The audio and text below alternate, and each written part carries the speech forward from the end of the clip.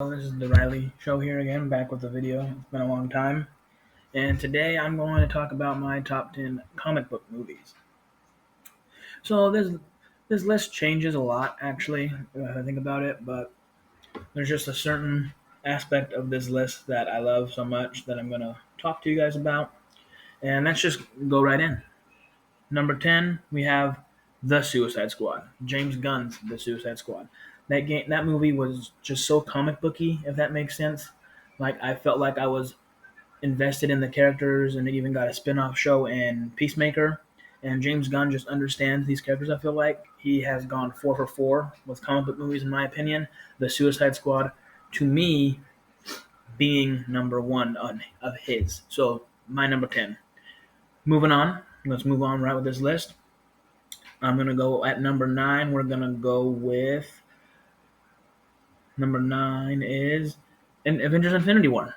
Yeah, I know people might say I have that a little too low, but I love that movie when it first came out. It was actually my number 3 for a really long time, and then I just delved into my list more, and it found itself at 9. Just what's not to love about this movie? You know, the build up of the movie was so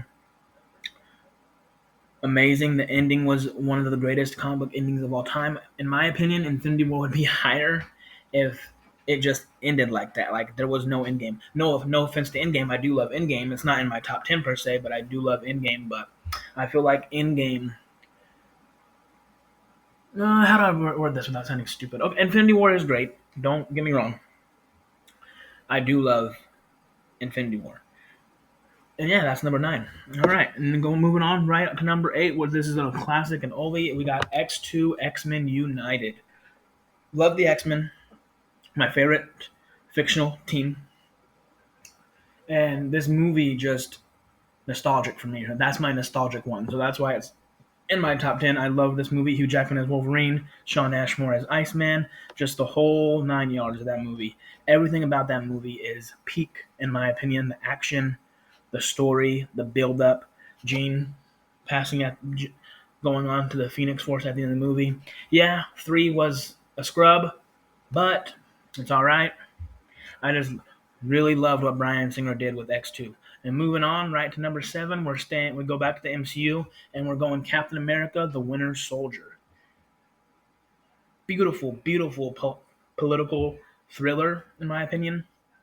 And Chris Evans knocks it out of the park. Scarlett Johansson knocks it out of the park. And Sebastian Stan, it steals the show. I don't care what anyone says. Bucky Barnes is this movie. Sebastian Stan plays this character so well that the MCU made me like Winter Soldier more than I ever did. And I think that's what they're going for. And the first draft of the Winter Soldier script actually had Clint Barton in it, who was going to be chasing Natasha, Falcon, and Steve for S.H.I.E.L.D. And so that would have been a little extra pizzazz in that movie there if we got Clint chasing them and then realizing, oh, Nat and Steve aren't the real threat. This Bucky guy is. And Clint would have. I love Clint. Clint's probably my third favorite MCU character. Moving on to number 6, we're going to the DC side of things now again with Batman Begins. To me, the best origin Batman movie out there. Tops Batman 89. A lot of people are saying, "Oh, he's too boring." Nah, not to me. Christopher Nolan, Batman Begins is the perfect peak origin story, and I'm wearing a Batman shirt right now, ironically. But Christian Bale embodies Bruce Wayne so well, in my opinion, like better than anyone out of all the actors who played Batman. And then Ben Affleck is my favorite Batman, if that makes sense. But we're not talking about that right now. But yeah, it's just Batman Begins is a much better movie than the Batman to me. Don't get me wrong, no shade towards the Batman. A lot of people think Robert Pattinson and Matt Reeves' The Batman is the better Batman movie, which I can see why people think that. But to me, Batman Begins is still peak for origin stories. And Christian Bale knocks it out of the park. Christopher Nolan knocks it out of the park. We're gonna be on that Christian Bale some more later on in the list. But moving on to number 5, this one's controversial, but it's so dear to my heart. Number 5, Superman. Richard Donner's Superman. Superhero movies wouldn't be a thing without Richard Donner's Superman. It paved the way for superhero movies. And this movie's just timeless. It aged well. The remastered versions are amazing. Christopher Reeve embodies the character so well. He is Superman. And that's why I'm super, super excited for James Gunn's Superman, because we're going back to the Superman that is bright and light and gives us hope.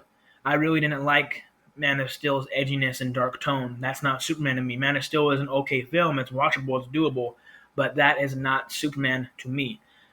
I grew up. My dad showed me these movies. My uncle showed me these movies. I grew up. That is my Superman. Christopher Reeve is my Superman, but Tyler Hoechlin is my favorite Superman because he brought back the hope that I missed in Superman. And Tyler Hoechlin, I can make a whole nother video about Superman and Lois if I really wanted to. That show is just, I've watched it twice now, all through twice. And Tyler Hoechlin just embodies Clark Kent and Superman so well. But we're going through here. We're gonna keep on going. Number 4. Talk about nostalgic, talk about my childhood culminating in one film. Number 4, Spider-Man No Way Home. We don't even need to talk about this one a lot. It's great. Has some of the best action in all of the MCU. William Dafoe is back as Green Goblin. Tobey Maguire is back as Spider-Man. Andrew Garfield is back as Spider-Man. I was an Andrew Garfield believer back in 2012. I love those movies. The Amazing Spider-Man is still one of my favorite Spider-Man movies too. It was gonna make the list. It used to be in my top 10, but we had to better it down. I could do a top 100 superhero movies if I wanted to. We'd be here forever, and no one wants that. But yeah, just it brought back Andrew, it brought back Tobey, it brought back the iconic villains from Tobey's movies. That's what I think.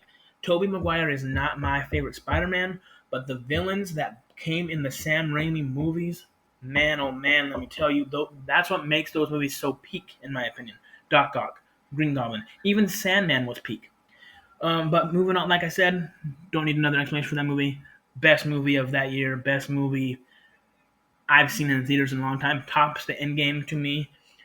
Again, no shade towards Endgame. I love Endgame, but the No Way Home, all 3 Spider-Man landing on the Statue of Liberty, to me, more iconic than Avengers Assemble. Fire me, shoot me,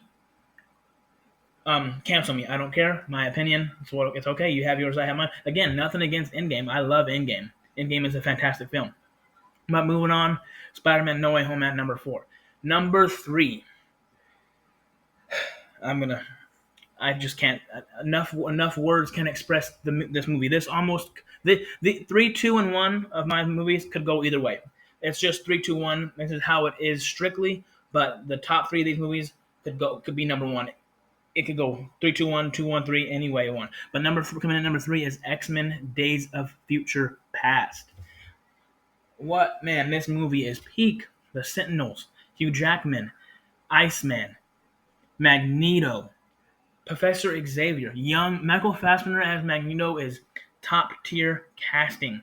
I don't care what anyone says. Bring back Michael Fassbender, Disney. Bring him back, MCU. Kevin, I know you're never gonna see this video, but please bring back Michael Fassbender as Eric Lyncher Magneto. He is Magneto. I like the story. I liked how they brought back. I liked how Bryan Singer culminated the McAvoy trilogy with the Stewart trilogy. It all culminated into one peak. Coming in at number 2. Again, 3, 2, 1 could go either way. Coming in at number 2, The Dark Knight. Again, Christopher Nolan's Batman movies, to me, they hold a dear spot in my heart. Christian Bale as Bruce Wayne, I'm telling you, it still goes down to Christian Bale being a amazing, I was going to say badass, but you can't say that. Anyway, scratch that. An amazing Bruce Wayne. Like, that's important, I feel like. It's not just, can he play Batman? Of course, he played a good Batman. But Bruce Wayne, the character, Christian Bale embodied everything perfect to me about Bruce Wayne. It could have been Nolan's writing, it could have been Nolan's direction, and also it could be Christian Bale's acting. But especially that scene in The Dark Knight Rises when Michael Caine and Christian Bale, that is a masterclass. Honestly, I feel like, I know this is probably far-fetched, but I feel like Christian Bale should have at least been nominated for an Oscar for Bruce Wayne, and I'm not even kidding, for Begins, Dark Knight, and The Dark Knight Rises. All I know is that Christian Bale is my second favorite Batman, first Bruce Wayne. And coming in at number 1, if you know me, if you don't, Logan. Number one is Logan. Period. Point blank. There's no. James Mangold made a masterpiece, a neo-western, modern western, whatever you want to call it, masterpiece. Capital M, masterpiece. I go back to that movie monthly. It drives my kids and wife crazy how much I want to watch that movie. Hugh Jackman is just the goat. The writing, James Mangold knows and understands the character, in my opinion.